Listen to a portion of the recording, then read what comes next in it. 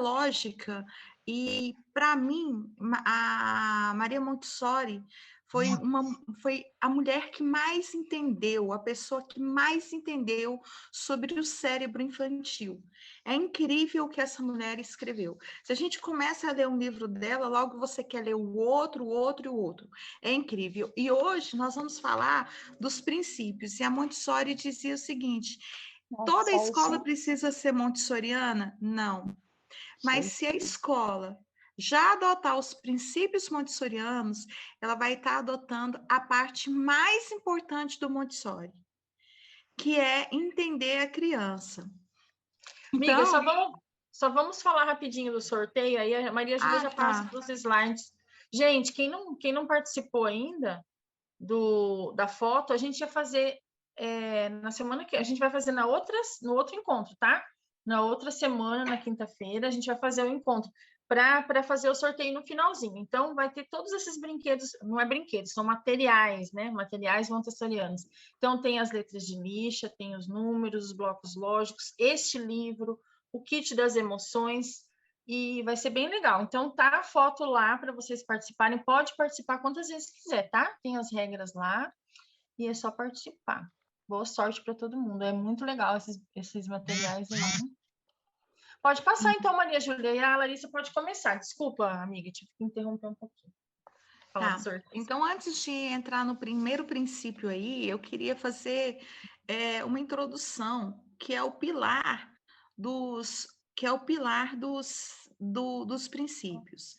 Para entender os princípios montessorianos, a gente tem que entender que esse princípio ele vem de 3 pilares. E esses pilares são essenciais para que a gente entenda os princípios de Montessori. E eles são adulto preparado, ambiente preparado e criança equilibrada. Se a gente entender esses 3 pilares, a gente vai entender o porquê de cada princípio. E eu digo para vocês o seguinte: vocês irão começar a mudar a vida de vocês hoje, a partir desse encontro nosso.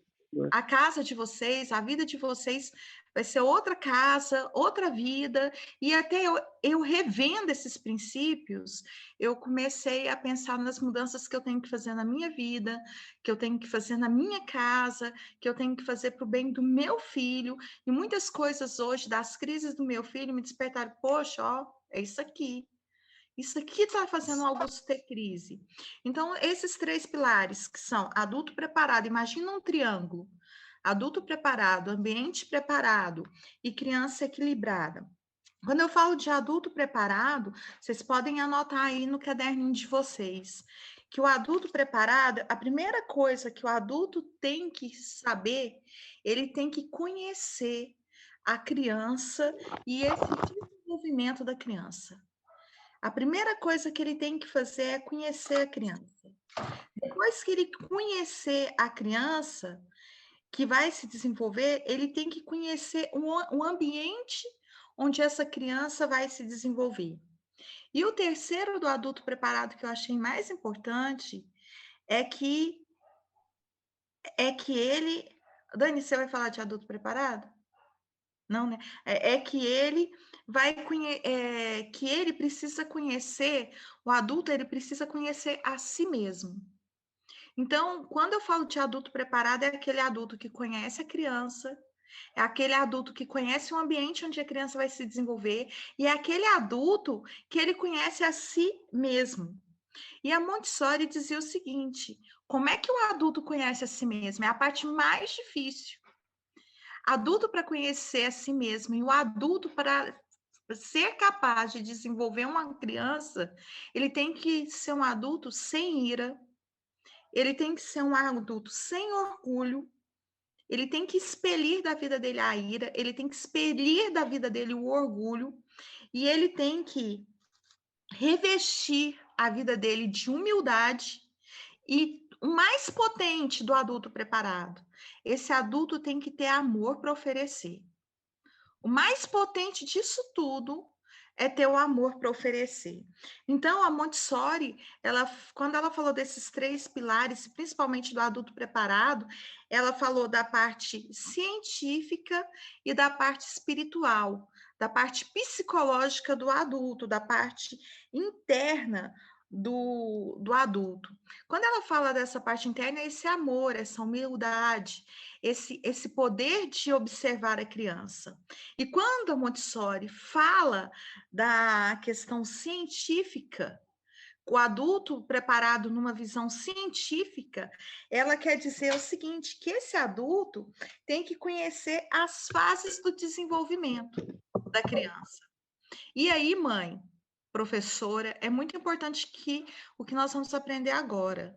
Quando a gente está trabalhando com uma criança em Montessori, numa escola montessoriana, ou em casa, a primeira coisa que Montessori falava que era essencial para o professor e para os pais terem era um caderno. Por quê? É a parte científica. É a parte onde você vai observar a criança. E você vai anotar, você vai ter um diário de bordo ali, diário mesmo, dia a dia, anotando tudo que você está observando que a criança está fazendo. Ela está parada, ela está olhando a água, ela está olhando o chuveiro, ela está olhando a textura, ela teve dificuldade com tal coisa, ela chorou em tal momento, ela riu em tal momento ela estava feliz, em tal momento ela estava triste. E nesse diário, uma coisa muito difícil também, ela pede para o adulto se observar. Naquele momento, o que você fez? Como você se sentiu? Qual a frustração que você teve em determinado momento? Como você trabalhou essa frustração? Porque a gente anotando, nós somos capazes de observar nossos erros, né? Falando rapidamente, então, sobre isso,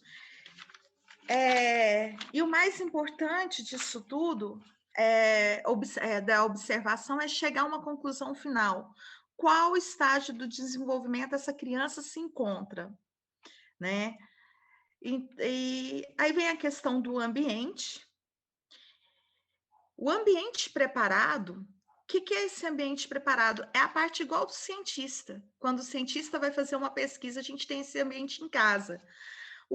No ambiente do cientista, ele tem o que eu vou pesquisar, o que eu estou buscando, e ele prepara o ambiente para a busca dele, para a pesquisa dele, com os materiais necessários para ele chegar a um determinado momento.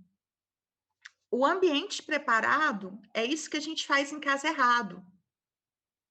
Nós erramos muito. Eu vejo vídeos e aí eu fico pensando, nossa, eu também já errei muito e estou errando até hoje. O ambiente preparado da nossa casa para o desenvolvimento das crianças, a gente vai até ter numa palestra do professor José Otávio, que ele está falando de ambiente preparado para autistas. Isso aqui é muito importante, ó. O ambiente preparado para criança é um ambiente enxuto. Quando ela fala um ambiente enxuto, ela quer dizer um ambiente sem barreiras, sem limites. É um ambiente que é muito difícil, porque a gente está acostumado com muita badulaqueira. Se você olhar para o meu lado direito da mesa aqui, você vai ver uma tranqueiraiada de livro, e se olhar para o outro lado, uma tranqueiraiada de brinquedo, de coisa, uma estante repleta de livro. Então, o ambiente que uma criança desenvolve, ele não pode ser um ambiente com barreiras, onde ela vai tropeçar, um ambiente cheio de livros, cheio de cores, cheio de texturas, cheio de brinquedos, um ambiente colorido demais. Não, a criança se desenvolve num ambiente enxuto, onde os materiais que estão sendo, só estão os materiais que ela vai usar no dia a dia. Precisa tirar os obstáculos da escola, de dentro da sala de aula, obstáculos intransponíveis, e colocar pequenos desafios que a criança é capaz de superar. Então, aquele negócio daquelas salinhas de aula cheia de carteira, cheia de mesinha, onde a criança não pode se locomover, não existe no Montessori. Aqueles espaços curtos, pequenos, tudo muito alto, a cadeira muito alta, isso não existe no Montessori. Tudo no Montessori tem que ser acessível, o ambiente tem que ser limpo, acessível, tem que dar para a criança relativa facilidade de independência total. E ela diz uma coisa muito importante. O maior presente que você pode dar para uma criança, quando você não consegue adaptar a sua casa, e sua escola é um banquinho. Por que o banquinho? Ela chama o banquinho de porta do mundo. Por que que um banquinho para criança, um banquinho é feito aos moldes Montessori, seguro, é a porta do mundo, porque a criança pode arrastar, subir na pia, ela pode arrastar para escovar o dentinho dela, quando a gente não consegue adaptar nossos banheiros, porque fica muito caro. Então, esse banquinho é essencial para que a criança adquira autonomia e independência. A criança pode arrastar para pegar um livrinho que a mãe não conseguiu colocar no espaço baixo, né? E o mais importante do ambiente preparado aí é a ordem, é a organização. Montessori disse que a gente tem que ter uma casa organizada, uma escola organizada, uma sala de aula muito organizada. Por quê? Porque a cabeça de todas as nossas crianças é um caos cósmico. Então, o ambiente tem que estar organizado para a criança poder se encontrar. E para acabar esse pilar, a criança equilibrada, o que é essa criança equilibrada? Montessori diz assim: acorda, pai. Acorda, mãe. Acorda, professor. A criança nasceu pronta. Essa criança nasceu pronta, tanto é que a gente tem que fazer uma analogia dessa criança pronta com a natureza. Na natureza, tudo está no chão. A água está no chão. Os ambientes que são plantados onde? No chão. Locais onde as crianças teriam acesso. Mas, com a civilização, os adultos foram deixando tudo muito distante da criança. E isso foi dificultando a vida da criança de uma maneira muito crucial.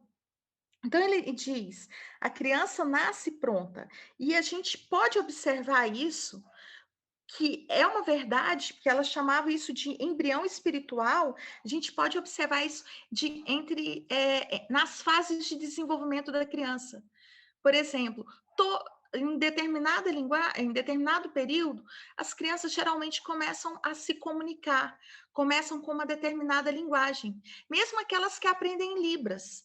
Vai ser num determinado padrão de tempo. Isso por uma questão de hormônios, de uma substância que existe no cérebro. Então, a gente precisa acreditar que a criança nasceu pronta para aprender aquilo que ela deve aprender, aquilo que for para ela aprender. Ela só basta estar no ambiente certo, com o adulto certo. Vamos lá, agora já terminei essa introdução. E a gente vai estar. Agora nós estamos prontos para começar os princípios. E o que eu quero dizer para vocês é o seguinte: que tudo isso aqui que nós vamos falar hoje resume em 2 palavras na Montessori: gentileza, respeito e autonomia. Gentileza, respeito e autonomia. Se a gente conseguir entender o que para Montessori é gentileza, o que para Montessori é respeito e o que para Montessori é autonomia, a gente vai estar entendendo o que para Montessori seria desenvolvimento infantil. Bom, acho que a Dani, o primeiro princípio sou eu, Dani. Aqui eu perdi meu... Você vai falar todos os 10, amiga. Pega o seu roteiro, pode ir lendo. Você vai ler todos os 10? Sim. E, aí eu só vou falar no final. Ah, tá. Então vamos lá. Eu vou lá no final só. Então, vocês vão me aguentar aí. O primeiro princípio é o mais importante. Nunca toque a criança, a menos que seja convidada por ela de alguma maneira. Esse é muito legal, porque o brasileiro, nossa cultura, a gente tem uma mania muito estranha. Você vê um bebê, quando ele é recém-nascido, você chega na casa da mãe para fazer uma visita, ai, deixa eu cheirar. Quando você vê um bebezinho no elevador, uma criancinha no elevador, você fala, ai, deixa eu apertar. Quando você vê uma criança na escola e você é professora e aquela criança é fofinha, eu digo porque eu tive escola e eu errei demais. Deus me livre que a Organização Montessoriana Brasileira me filmasse. Tem no meu Instagram a prova disso. Eu chegava e abraçava aquelas menininhas mais bonitinhas. E o primeiro princípio é não faça isso. É um princípio tão sério que ele diz assim, o corpo da criança é absolutamente privado. Por que Montessori dizia isso? Ela falou que a partir do momento que a sociedade se conscientizasse disso, no futuro teríamos menos crianças sendo violentadas. Porque as crianças, desde cedo, entenderiam, pelo princípio montessoriano na escola, que o corpo dela é um ambiente privado, que não é qualquer pessoa que pode tocar, que só pode tocar nela se ela permitir. Então, não adianta chegar e ficar dando beijinho, abracinho. Isso dá errado. E ela dizia mais, no momento que você faz isso, pode estar atrapalhando a concentração da criança e tirando dela toda a liberdade. O corpo da criança é um corpo privado, a não ser para os pais, porque ali se estabelece uma relação de respeito e amor, tá? E se a criança quiser que você a abrace, ela vai te pedir. Aí sim, quando ela autoriza, quando ela te dá o sinal, você pode fazer. Mas fora disso, não. A gente tem que respeitar como ambiente, como uma. Ela falava ambiente, não. Como algo absolutamente privado. Outra questão, número 2. Nunca fale mal da criança em sua presença ou ausência. Gente, no dia que eu estava na minha escola, que eu li isso, eu fiquei louca. Por quê? Porque geralmente a gente tem a mania de anotar coisas que acontecem errado na sala de aula. Então, você anota lá, Joãozinho, Mariazinha, Augusto escreveu palavrão. Joãozinho, nanã, escreveu tal. Larissa escreveu isso. E você anota numa cadernetinha para você passar para o diretor, para você passar para o coordenador, para você passar para os pais na reunião de pais. E ela dizia o seguinte: isso é errado, isso é injusto, isso é imoral, isso é antiético. Por quais motivos que a gente não pode falar da criança? Nem na presença, nem na ausência. Primeiro, na presença. O que acontece é muito errado, que muitos professores e pais fazem. Fala assim, oi, Laricinha, mas você é desajeitada, hein? Olha como ele é desastrado, kkkk. Então você fala, olha como ele é desastrado, kkkk, e dá um beijinho. O que a Maria Montessori disse? Que nesse momento haveria aí a agressão. Você é um desastrado. Haveria aí, junto com a agressão, um carinho. KKKKK, um beijinho. A criança, ela não tem cognitivo suficiente para definir se é agressão ou se é carinho, esse tipo de ironia. Então, você não pode fazer isso na presença dela, porque ela não tem esse discernimento para saber se aquilo ali era carinho ou se aquilo ali era agressão, porque foi usada a ironia e a criança não sabe definir isso. Outra questão muito importante é que não falar na ausência, por 2 fatores. Primeiro fator, a criança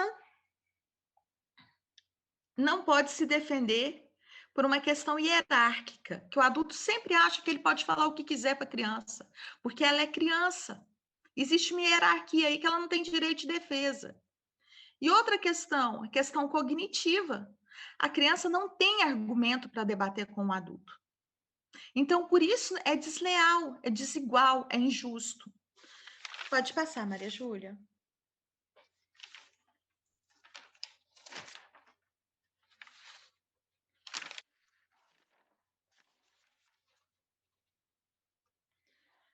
Princípio 3. Maria Júlia, você lê o princípio 3 para mim? Ah, tá aqui. Concentre-se em fortalecer e ajudar o desenvolvimento daquilo que é bom na criança, né? É exatamente o que eu estava dizendo anteriormente. Ajudar no desenvolvimento daquilo que do que é realmente bom na criança. O que é bom na criança? Você tem que observar o que ela tem de potencialidade. se ela gosta de horta, se ela gosta de água, se ela é uma criança generosa, se ela é uma criança, curiosa, se ela é uma criança ativa, se ela é uma criança calma. Você tem que deixar, com que essa criança se concentre em suas atividades. Não pode haver essa interferência do adulto. Tem que deixar com que a criança se desenvolva ali livremente. A criança gosta de brincar na água, deixa ela brincar na água. Aquilo ali é um fator de desenvolvimento para ela. A criança gosta de analisar os animais, as plantas, a terra, deixa a criança analisar. Deixa a criança, porque naquele momento ela está adquirindo autonomia, naquele momento ela está descobrindo o mundo, ela está descobrindo o universo. Ah, mas vai sujar. Deixa ela sujar. Ah, mas ela vai molhar. Deixa ela molhar. Quarto princípio. Esse princípio quarto, ele é muito interessante. Que fala assim: seja ativo na preparação do ambiente. É aquilo que eu já disse anteriormente, né? Seja ativo na preparação do ambiente. Lembrando que o ambiente inicial que a criança se desenvolveria seria um ambiente natural, onde tudo estaria à disposição dela. Se a criança estivesse no chão, é porque ali estaria a água, né? Próximo dela. A comida nasceria no chão. E com a civilização, tudo foi se tornando o quê? Mais distante. Nós temos que estruturar o ambiente de uma forma, e observar esse ambiente o tempo todo. A gente tem que estar estruturando nossa casa o tempo todo. Por exemplo, observando a criança. Será que essa cama está adequada para o meu filho ainda? Será que essa carteira que essa criança está sentada está adequado? Será que essa cor que está no quarto do meu filho não está atrapalhando o desenvolvimento do meu filho? Será que essa textura da roupa de cama não está atrapalhando ele dormir? Será que esse vaso sanitário não está muito alto para ele? Será que essa pia que eu coloquei está adequada? Será que esse colchão está adequado? Você tem que observar o tempo todo. Será que uma coisa interessante, né? A criança já cresceu, está com 2 anos, ainda tem um móvel em cima da cama dela. Será que a criança ainda precisa daquele móvel em cima da cama dela? Será que a criança ainda precisa daquela coisa rodando ali em cima da cabeça dela? Será que a criança ainda precisa daqueles ursinhos no quarto dela? Será que a criança ainda precisa daquela quantidade de cores e brinquedos? Porque quando uma criança nasce, a gente quer o quarto mais colorido do mundo. A gente faz aquelas coisas mais lindas do mundo, cheia de laços, cheia de fitas. E aí, passa um tempo, você pergunta: será que isso é importante para o desenvolvimento do meu filho? Na escola, eu vi as professoras preparando coisas belíssimas e enchendo a parede. As crianças ali perdem a concentração, porque elas não sabem para onde elas vão olhar. Elas não sabem se elas prestam atenção nos materiais que o professor disponibilizou na estante, que seria um material de desenvolvimento para a idade dela, ou se ela presta atenção naquele número, na borboletinha, na lagartixa, na joaninha, no A, no E, no I, no 1, no 2, no 3, no 4, no 10, no 20, no 30. A criança vive num caos desse jeito. Então, a Maria Montessori dizia assim: olha, pai, olha, professor, tem que ser meticuloso. Tem que observar o tempo todo, porque lá no quarto da sua criança pode estar um móvel, pode estar um pote, pode estar um brinquedo que não tem nada a ver com o desenvolvimento dele mais. E isso vai atrapalhar a concentração dessa criança. Então, ela dizia: é preciso elaborar relações construtivas com o ambiente. Quando você for levar a criança, por exemplo, na cozinha, você tem que colocar lá o banquinho para ela subir na pia, se você não deu conta de adequar, e mostrar a pia aqui, ó. Você liga a torneira, depois você fecha, você enxuga a mãozinha, você guarda a toalhinha e você nunca vai deixar a torneira aberta. Nessa gavetinha você vai guardar suas colheres. Nessa outra gavetinha vai ser guardado os garfos, aqui, os pratos. Então, é a relação construtiva com o ambiente, é o quê? A criança saber para que serve cada ambiente. Olha, isso aqui é o fogão.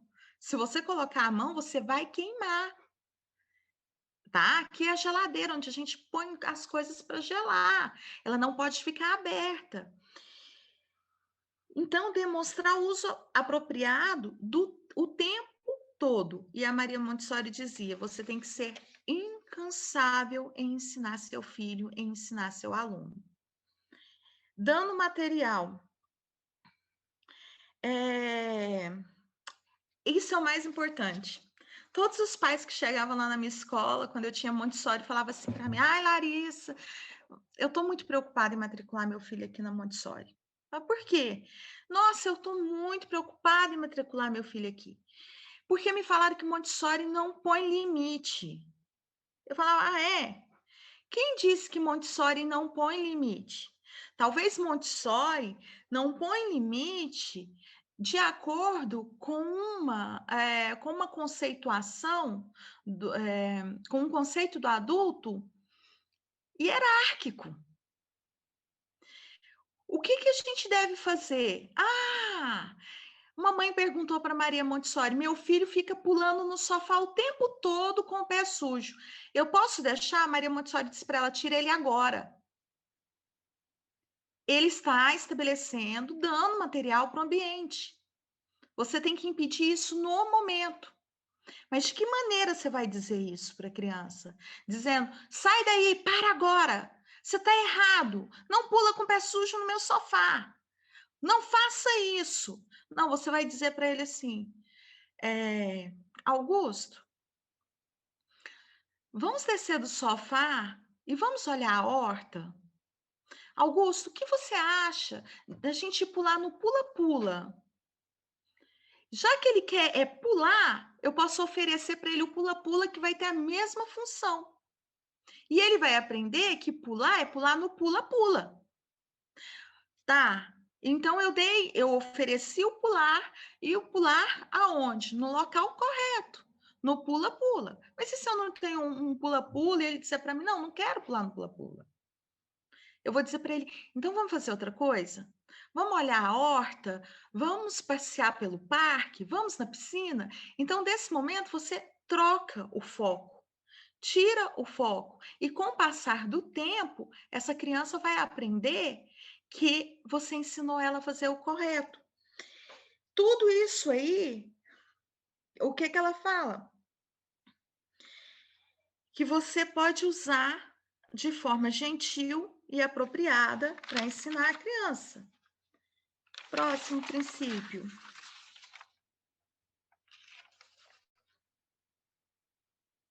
Princípio 5.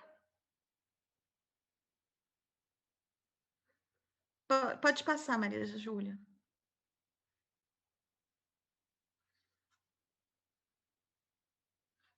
Está passando alguns materiais Montessori.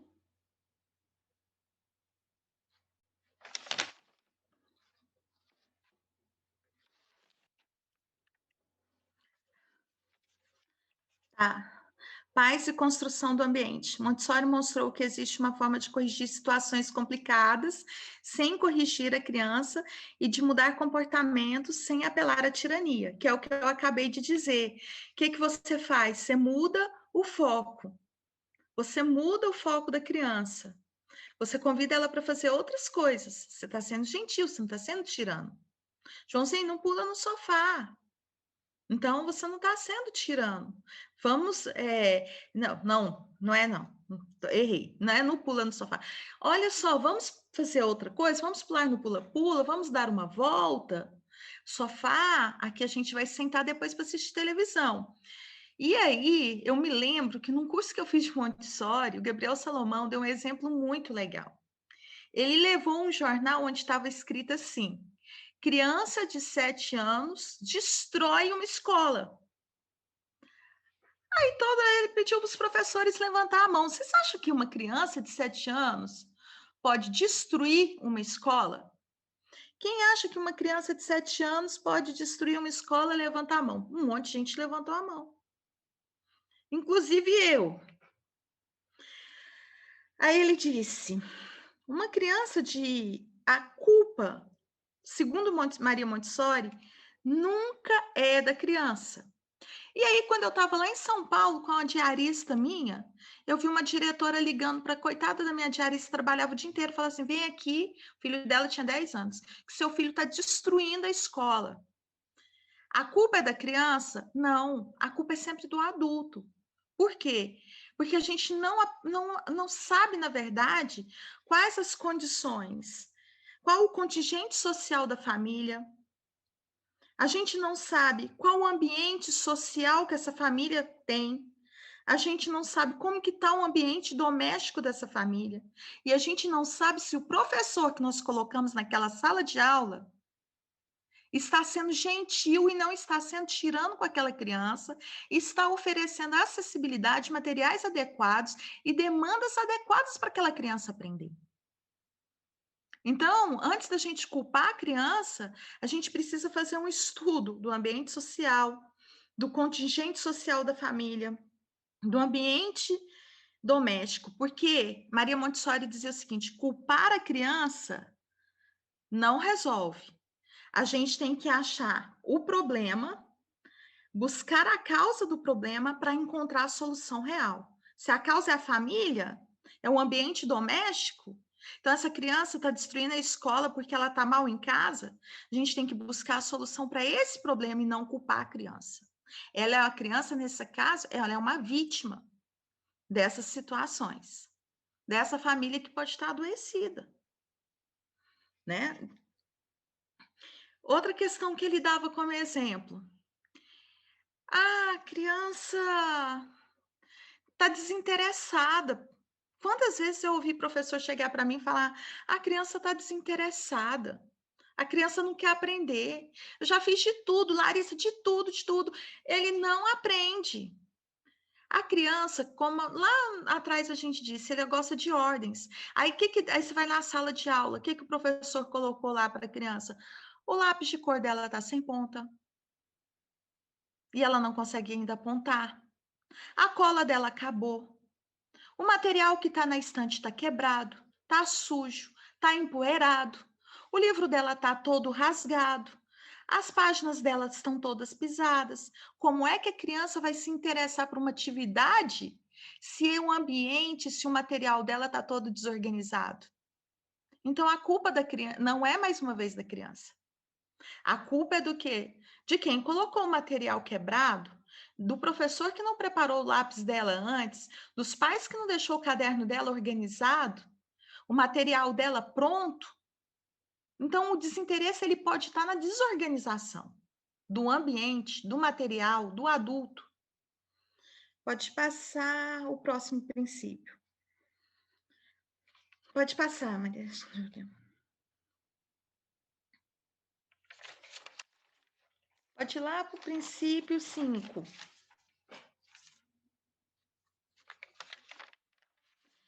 Esteja sempre pronto a responder a criança que precisa de você. Gente, eu adorava dar essa explicação para o professor, porque eu lembrava de novo da aula do Gabriel Salomão para a gente. E aí eu fui entender por que não precisava de elogio. Eu sempre falava, gente, mas que absurdo, uma escola que não tem elogio, porque a gente aprende lá no ABA que tudo tem que ser elogio. Aí, muito bem, parabéns, vamos lá, né? Então eu ficava sem entender, falava, isso aí, essa aula do elogio eu não posso perder. E aí eu aprendi com um exemplo que o Gabriel me deu. Ele disse que um dia chegou na sala da Edmara, que era diretora da escola, ele era pequenininho, e bateu na porta. E aí ela disse, pode entrar. Aí ele entrou. A maçaneta era baixinha, ele apertou e entrou. E aí a Edmara falou para ele, a diretora, eu estou com um pai aqui, eu estou em reunião. Você gostaria de alguma coisa? Aí ele disse para ela, eu gostaria de falar com você. Aí ela pediu licença para os pais, foi até ele. Agora presta atenção no detalhe que eu vou dar. Aí que está a questão da substituição do elogio. E levou uma agenda. E tudo que ele disse, ela anotou nessa agenda. E ela disse para ele: olha, está tudo anotado aqui o que você queria me dizer. Depois nós vamos ver. Nesse momento, o que que ele se sentiu desde criança? Importante. Então a atitude substituiu o elogio. Travou? Não está dando para ouvir? Eu estou ouvindo perfeitamente. Tem mais alguém? Então, a Acho que tá atitude, ok. a atitude está substituindo aí o elogio. Eu achei isso o máximo. Então, aqui, ó, esteja sempre pronto para responder a criança que precisa de você. Sempre escute e responda quando ela te recorrer. É isso, é a gente trocar por atitudes que mostre que ela é importante. Então você abaixa, fala lentamente com ela, seja gentil, fique do tamanho dela, mostre para ela que ela tem importância. E o Gabriel, ele dava um outro exemplo que eu achava muito, muito legal do elogio. Ele falava que todas as vezes que ele ia numa sala de infantil, ele ia vestido de camisa e calça. Por quê? Porque a criança, quando olhava para ele, olhava e falava: olha como ele veio bem vestido, me vê. Olha como ele se preparou para estar aqui comigo hoje. Como eu sou importante, né? Pode passar para o princípio 6. E só terminando o 5 aqui, ele diz o seguinte: que quando a criança sente que você está disponível para ela, ela aprende a te esperar. Quando você dizer para ela: "Não posso te atender agora, mas daqui a pouquinho eu te atendo", ela confia em você, porque você já atendeu ela imediatamente outras vezes. Quando você anota, ele falou, quando a Edmar anotou para ele, ele sentiu confiança nela. Vamos para o sexto princípio: respeite a criança que cometa um erro e possa ser corrigida depois. Aí eu já falei, vou falar de novo, é a mesma coisa, é muito parecido com o que já foi falado. Olha só, respeite a criança que comete um erro. Que erro que é esse que ela quis dizer nesse princípio? É aquela criança que pega o sabonete e deixa escorregar da mãozinha, que pega o shampoo e coloca shampoo demais na cabecinha, que pega, eu coloquei aqui alguns exemplos, aquela criança que tenta subir na cama e cai, que tenta subir de novo no sofá e cai. São erros que você não precisa corrigir na hora. Porque com o passar do tempo, a criança vai aprender. É só se você cortar o sabãozinho menor para ela, de uma forma que caiba na mãozinha dela, ela não vai deixar escorregar. Se você deixar no banheiro um shampoo na quantidade certa, ela não vai usar em excesso. Então, isso tudo é muito importante. Agora, o que, que tem que ser corrigido imediatamente, sem tirania? Quando ela está praticando danos a si ou a outro. Mas tem que ser de uma forma leve, branda, suave e gentil. Pode passar para o próximo.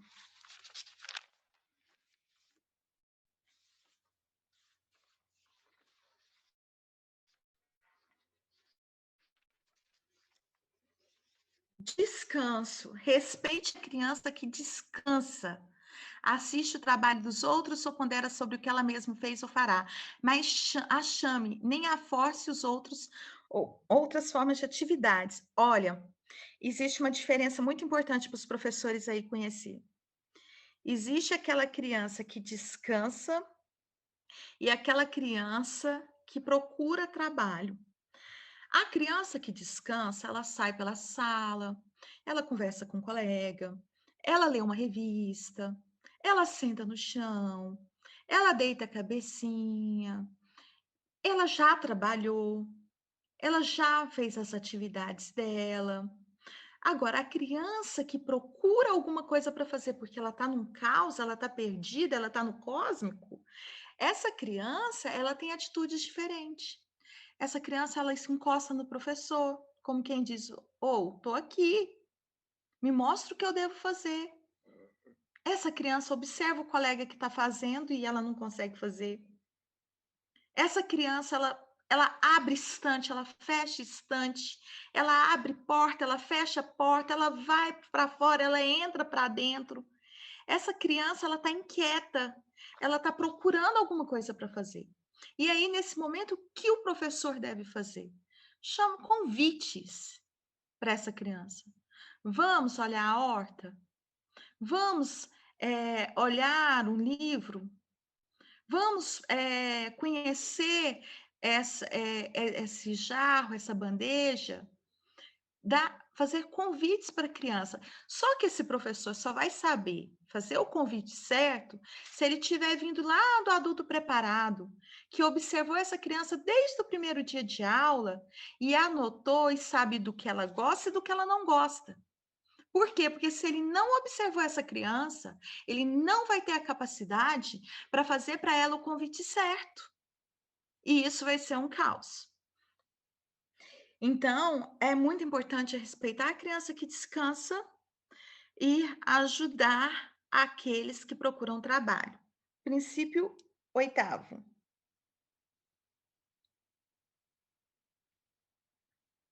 Ajude aqueles que estão à procura de atividade, é o que eu acabei de explicar. Pode ser o 9º agora. Seja incansável na repetição das apresentações para a criança que recusou antes, ajudando a criança a adquirir o que ainda não possui, a superar imperfeições. Seja incansável na repetição das apresentações. Eu falava para os professores da minha escola o seguinte, falava, gente, pelo amor de Deus, não confunde isso aqui não, porque eu vejo terapeuta fazendo isso demais com meu filho. Seja incansável na repetição das apresentações. Ser incansável na repetição de uma apresentação não é você tirar a paciência da criança, não. A criança errou, você fala, apaga, faz de novo. A criança errou, você fala, apaga, faz de novo. Repete comigo, faz de novo. E ela mal aprendeu, você fala, não, faz de novo. Vamos fazer outra vez. Isso é tirar a paciência da criança.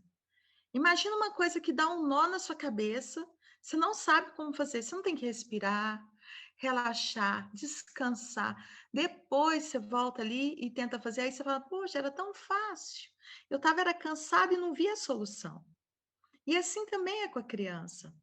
Então, aquela criança que não entendeu, o que, que o professor tem que fazer?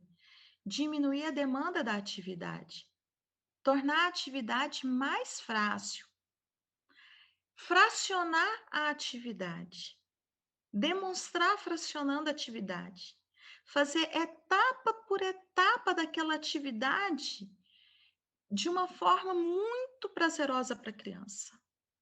E ele não pode se frustrar se ela mesmo assim não aprender, porque ela está no processo de desenvolvimento. Então você, dessa forma não funcionou, eu vou arrumar outro jeito de apresentar essa atividade. Dessa forma ainda não funcionou, eu vou tornar essa atividade mais fácil ainda. E aí a criança vai pegando do mais fácil, vai para o médio, até que ela vai entender a complexidade daquela atividade. Qual é o grande erro das escolas, dos professores e nossos, né, pais? Eu me vejo nesse momento todos os dias. É que às vezes a gente quer que a criança aprenda do nosso jeito. Às vezes a gente também não tem outro jeito para ensinar, porque a gente só aprendeu de um. Lembra que a gente aprendeu babebi, bobu, caquequi, cocu, bala, caco, carro, né? Então, a gente aprendeu isso, como que a gente vai ensinar diferente se a gente não sabe? A gente tem que pesquisar e procurar aprender. Buscar facilitar essas demandas. E, por fim, o último princípio, vocês devem estar cansados de mim. Eu vou falar bem rápido e é o mais importante para mim e é o que resume todos. Não tem o vídeo, né? Eu acho. É o Acho último. que a Maria Júlia separou o vídeo. A gente pode passar ele daqui um pouquinho, se der tempo. Uhum. E o último princípio, que é o mais importante para mim, esse princípio ele também é show e ele resume todos esses 10 princípios. Sempre trate a criança com a melhor das boas maneiras, oferecendo o melhor que houver em você e à sua disposição. Ô, pessoal, isso aqui é muito sério. Olha só, quando você for tratar uma criança, você vai lembrar assim, sabe aquela pessoa importante? aquele convidado importante que você espera na sua casa? Fala, nossa, hoje eu vou receber aquele amigo importante, que é aquele amigo que vai me dar aquele emprego que eu preciso. Ai, agora eu vou receber aquela pessoa importante que vai mudar minha vida. Ai, hoje eu vou receber aquela amiga que eu amo e quero oferecer para ela o melhor. É isso aí. O que você faz quando você vai receber alguém muito importante na sua casa? Você limpa a casa, você coloca a melhor toalha de mesa, você oferece o melhor prato, o melhor garfo, o melhor copo, o melhor jarro de suco, você coloca a sua melhor roupa, você penteia o cabelo. Não é assim quando a gente vai receber alguém importante? E é assim que a criança quer ser tratada, com aquilo que você tem de melhor. Então, quando a criança chegar na sua sala de aula tem que ter flores, na sua sala de aula tem que ter plantas, na sua sala de aula tem que ter um peixinho para ela olhar, na sua sala de aula tem que ter limpeza, você tem que estar agradável, com um sorriso no rosto, como se você estivesse recebendo ali a pessoa mais importante da sua vida. Você tem que estar bem-humorada. Precisa nem ir para a escola se estiver mal-humorado. Pode ficar na sua casa. Professor mal-humorado tem que pedir demissão. Não pode ir para a escola. Então, você tem que estar bem. E a gente, como pai, a gente nem sempre está bem. E é isso que eu ia falar de mim hoje. Eu penso, muitas questões das crises que às vezes eu vejo do Augusto, vêm do meu estado de espírito. Se eu não estou bem, eu não consigo observar o que é que está fazendo mal para o Augusto. Eu não consigo fazer aquilo que a Montessori ensinou, aquela observação meticulosa do que o meu filho precisa naquele momento. O que ele requer de mim naquele momento? O que ele espera da família dele naquele momento? Uma família adoecida adoece uma criança. Não vai ser culpa da criança. Quando eu digo meu filho está em crise, eu também estou. A minha casa está em crise. Quando o professor reclama da criança na escola com comportamento inadequado, pode ser só na casa, mas pode ser a escola está em crise. Os professores estão em crise. O professor está mal-humorado, o professor não preparou a matéria, o professor não ofereceu a melhor demanda, não ofereceu a melhor atividade. O professor não preparou a sala de aula, não preparou um ambiente para esperar aquela criança. Eu já estou terminando, já tive vezes na escola, situações, que eu chegava na escola, o professor estava com aquele monte de folha, aquela monte de coisa. As crianças estavam sem o lápis de cor em cima da mesa, estava sem lápis apontado. O professor estava perdido, não sabia por onde que ele ia começar, que atividade que ele ia fazer, que música que ele ia tocar. As crianças começam a chorar, uma chora, a outra chora, a outra chora. O caos do professor é transferido para o aluno, porque ele não preparou nada para aquela criança de acordo com a demanda que ela necessita. E o professor, ele tem que ser paciente, ele tem que estar com tudo preparado para mostrar para a criança, olha, vamos ali pegar seu material fica aqui. Você vai usar agora aqui com o tapetinho. Depois você vai pôr o tapetinho na cesta. Depois você vai guardar o material no lugar. Tudo que o professor for fazer, ele tem que fazer junto com a criança, para que a criança aprenda a encontrar os seus objetos e depois ela aprenda a guardar os seus objetos. Tudo que eu estou falando aqui para vocês, pessoal, eu tenho que aprender também. Não faço certo tudo isso. Esses 10 princípios são muito difíceis de ser colocados em prática. Mas não há nada que seja tão difícil que não seja possível. Se a gente quiser, a gente consegue. Colocando um de cada vez em prática. Com o ambiente preparado, o adulto preparado e a gente tendo uma criança equilibrada, a gente tem ganhos para essa criança para o resto da vida. Então, é isso que eu tinha para falar. E desculpa ter falado tanto, mas Não, mas amiga, tudo isso é tão importante. É igual a gente falou, são os princípios, né? Então, é tudo muito importante. Eu vou falar um pouquinho do Montessori e autismo. Maria Júlia, se puder colocar para mim, amiga. Põe para mim o slide... Deixa eu ver aqui o meu roteiro. É o slide 19, tá? Que eu preciso.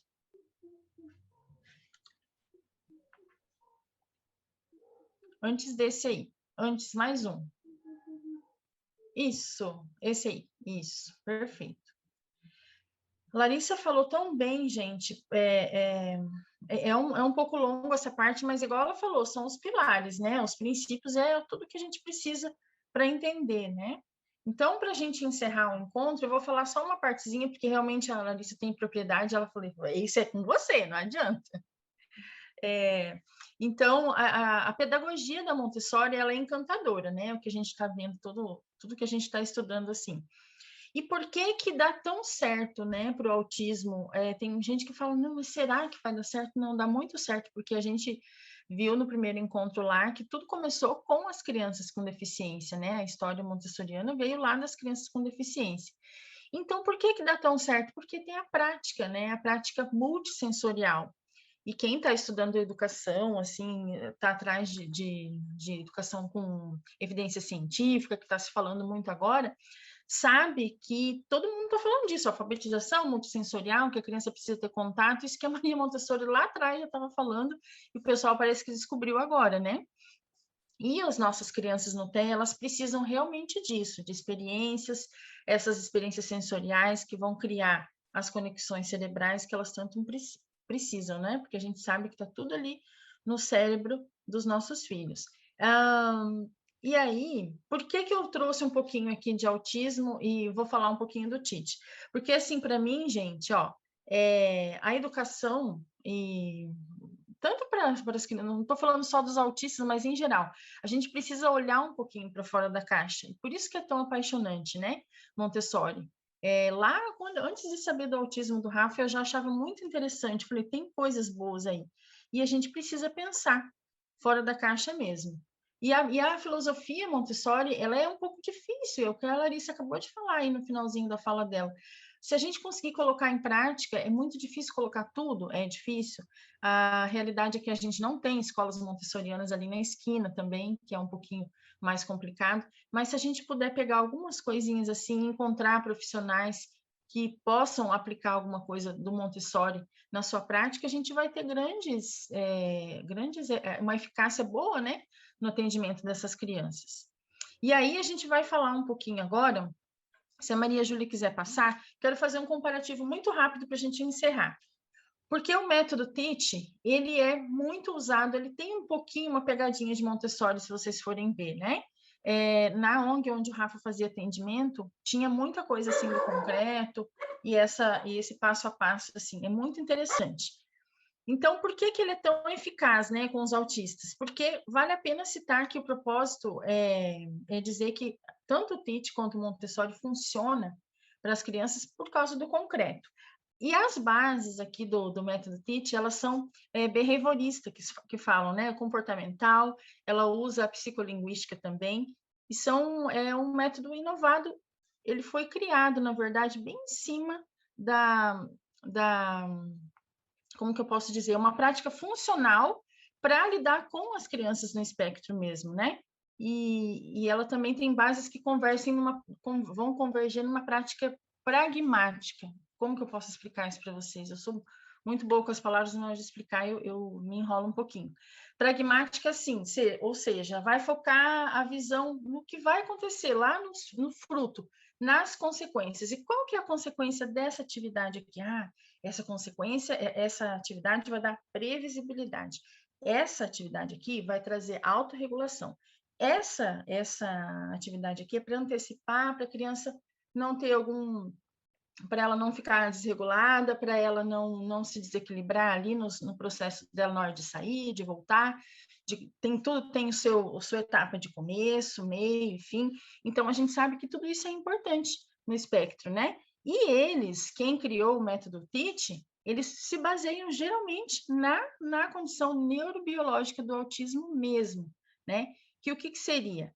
A criança é bem rígida, né? Os autistas são rígidos e tem toda a sua individualidade, que faz parte do espectro.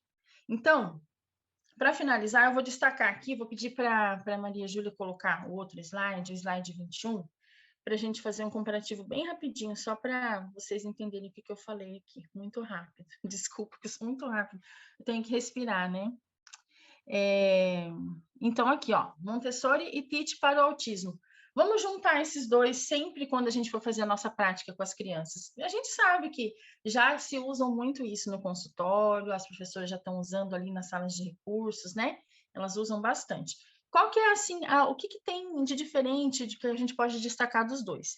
O Montessori, a ênfase do método é no desafio, aliás, está no desenvolvimento cognitivo e social da criança, né? Tudo que a Larissa falou tão bem. E o Teach, nas práticas do Teach, a gente vai ter o quê? A ênfase está nas práticas psicopedagógicas e técnicas comportamentais para as necessidades individuais de aprendizado da criança. Então, as duas juntas é tudo que a gente quer. Por quê? Montessori vai criar um ambiente para incentivar a autonomia, né? A autodisciplina, que é o que prega dentro do método Montessori. O professor tem aquele papel bem discreto, né? Na verdade, assim, a criança, ela tem toda aquela motivação e o processo de aprendizagem dela é bem centrado, né? Sempre no estudante, no seu próprio ambiente, né? E ele vai descobrindo os conceitos do que vão ensinar ali bem naturalmente, do jeito que a gente falou até lá na primeira, mas tudo isso a gente vai colocar no e-book para vocês, vai ficar bem claro depois. E a autoaprendizagem, a criança ela vai aprendendo por fases, né? Vocês lembram que lá no primeiro encontro a gente falou de todas aquelas fases e tudo. E qual que é a diferença do Teach? O Teach dá ênfase a essas práticas psicopedagógicas, né? Mas ele parte da teoria da imagem visual. E a gente sabe, gente, como é importante o visual para as nossas crianças, né? Porque a imagem visual é geradora de comunicação.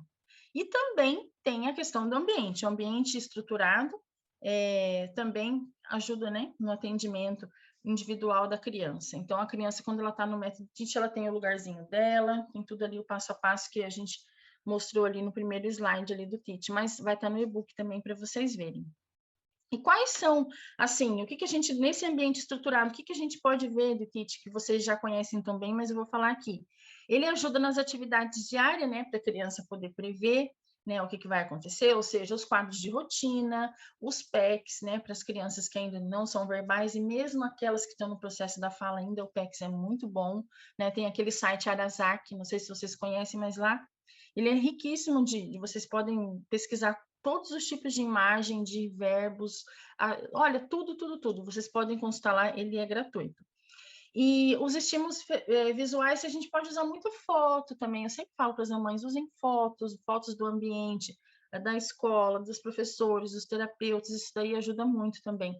Veio tudo da metodologia do Teach.